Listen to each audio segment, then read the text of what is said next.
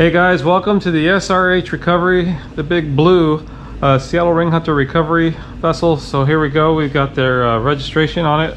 So we're all good to be in our federal waters because we're going to put a motor on it. It's 14 feet long, it's an inflatable kayak, so it's not real wide, but it's very buoyant with these nice tubes on here. Very sturdy, very reliable.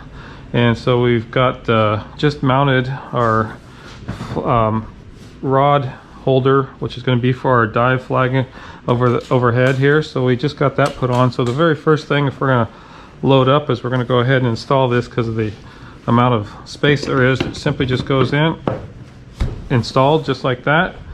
Now we'll go ahead and grab our drive, Bixby drive. We're just going to place this on here to show how things fit. This would get tightened, and we're just going to give it a little bit here just for demonstration. Of course, we'd lock all this down if we were really getting ready to go, but this is just a demonstration, so just enough to hold it there. The drive control tiller has plenty of room. Give this a little bit of open space here, so as you can see down here, got the Bixby, and then this is not complete yet, but this carbon fiber shaft is going to be for the dive flag and float, or I'm sorry, for the dive flag. So used to calling it flag and float, but this is just a flag. It's going to be some dive flags. It's going to be LED strip light coming up here, so nice white 360 all the way around. Cord's going to go down through the shaft and out the bottom, so we're going to have 12 volt system on that. And then we can extend this as much as needed for our visibility flag or for our dive flag. And just for demonstration purposes, that's going to hang out there, but this is in the perfect location and set up to where I've got full, this cord will come down. We would also go ahead and have the Bixby drive battery down here. We can position this in an appropriate spot where probably this way, and you put your magnetic kill switch on it, and then you would tie that onto yourself if you want to, in case you go overboard. The boat's not going to go away, it's going to kill it. This cord would come right down into the battery pack. Of course, we're not going to do that right now, but just to show that we've got full use of our controls without banging into the carbon fiber shaft that's coming up there. I mean, that is perfect. I mean, how are you going to want any more than that? I don't know. I think, you know, you got more than plenty throw on this. We've got good clearance there. That can go up to 10 feet actually, this whole pole, but it's telescoping, so we can take it out as far as we feel necessary. We can be within regulations and hike it all the way up to 10 feet above the vessel for good visibility and safety. That's the main purpose of this. And then we'll go ahead, we got down below here, as you can see, we got our sand tires for getting it to the shore, the entry point as needed. This really is not that heavy. One hand, guys. This is our Garmin. It's my own made up kit. I saw a lot of different designs with different guys, what they've done for fishing applications, and I came up with this SKB gear case and this little bag that's actually Swift Industries out of Oregon. They make these. This actually kind of has a quick release on here, but it stays on. That's carrying my transducer and all the transducer cable. As you saw, I just picked that up and brought it right on in. Now I do have from fishfindermounts.com, shout out to them. These guys are amazing. We did get one of their big, let's see here.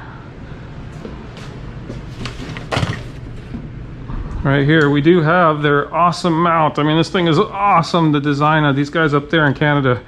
Wade did an incredible job on the design of this, but this would be utilized if I was in a larger boat and I could throw it on the back on their transom. It's just not enough room back here, and I don't want it next to the drive. It actually makes more sense to have it over here. And this is a great piece to have. I got plenty of length on the pole for the transducer to go down in the water, depending on what size of boat that I want to take this portable system on. I want to do some work as far as that's concerned. We've got that, so we're geared up and set to go as far as that goes. But right here, let's go ahead and quickly show you the deployment. Just unwind a little cable here. It probably took a little bit more than I needed, but here's the point. This is so simple and straightforward. I can just basically bring this in, Panoptix transducer, and it slots right in very easily. Snaps in. This is also from fishfindermounts.com. Wade's design. He actually took and made this actual, it's all machined and anodized. It is perfectly machined, to be honest. And with the Panoptix transducer, as any of you that have looked into this or have one know, that you can actually change the orientation about as quick as that.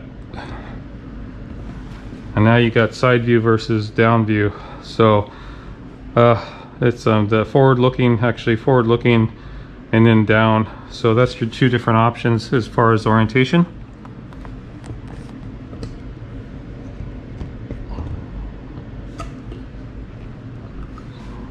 And you can route the cord back into here. Open the box lid. We've got power for the Garmin chart plotter. We've also got another power button for the black box, the GLS 10.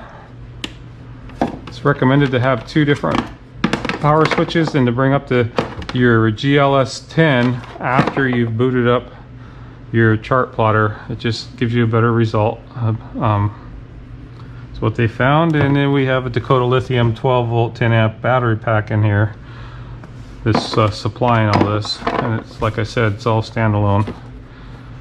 And the lid is really nice. We've got these gas springs, little struts that we put in here. That was another borrowed idea from a gentleman that did this for bass fishing, and it was a really good idea. Shout out to that guy. Sorry, I can't remember your name right now. But anyway, we'll take the flashlight off here. So we've got transducer deployed. If we wanted to, we could put that out, but we can also lift it up and keep it out of the water column when we're running the boat and not using the system. If we wanted to keep it out of the water and then we get ready to do some scanning, we can just simply drop it down, come in here. You can see that we have gain, and of course we're only running this for a little bit of time. It's not going to overheat the transducer because we've turned it on outside of the water. So we can simply go in and hit power quickly on these Garmin systems, and we can go in here, and there is a place, if I was looking at this more accurately, disable all sonar trans. So we disabled that, which is actually going to turn off the power to the transducer down there. So oh, there it is, transmission disabled. It says right here in the left hand screen is a confirmation. So the transmissions are disabled. That's a good thing to have. Very nice if you're just looking at the system and you don't have this transducer in the water and you're concerned about it getting a little warm. It does have a temperature sensor inside of it by design by Garmin, so don't be concerned or worried that if you have it out of the water for a period of time and you're running it, that it's going to burn it up or destroy it. It's not going to happen. It's been designed to protect for that. And when we get done, I'm going to go ahead and go back to power button, enable, and then I'm going to home, and we're going to shut down. Could shut down the GLS 10 box. If we wanted to separately, we can just turn the power off there, and then it'll pop up a message on the screen that it's lost connection to it. Sonar module lost GLS 10, so it's just letting you know, hey, we're not seeing that any longer. And then I can just hit the power button there, turn it off. Basically put the lens cap protection cover back on,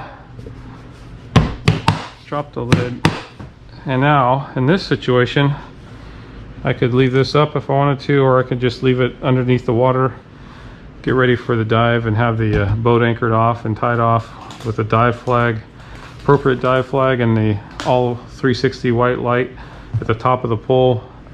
And then this can be closed and just keeps a little bit of if there was a little bit of rainwater or anything that were to come up, it would basically protect the equipment. Everything's going to be fine. It's low profile from a distance, you know, it's not drawing too much attention and hanging out there. We're going to re-enter the boat over in this area. We've got a nice D-ring here. We'll probably put a little bit of a strap so we can do the old kayak re-entry. The scuba gear would get doffed, I should say, and it would get connected to a line and float in the water with the BC inflated. And that way I'm not trying to take all that weight in when I try to go up and over onto the boat. And if you have one foot up a little bit, you can very easily get up and weasel your way inside without too much trouble at all, really. These are pretty good sized tubes, but it's not going to be all that difficult. We can get back in there, and once we get in, then we can pull our scuba gear and bring it on into the boat. It'll be lashed off, so it's not going to float away or anything. Got a little bit of rope here, so when we come up to docks and such, or if we need to tie off to anything or get a tow or tow somebody, with a little bit of 20 feet of nice rope there. And that is what we're looking at. We'd load some metal detectors in here, a few other items, some scuba gear, anchor, and some extra rope and some things. And yeah, with this Garmin and GPS system, sonar system, we are well equipped for some good times. We're looking for some awesome times, some awesome recoveries, and some awesome adventures.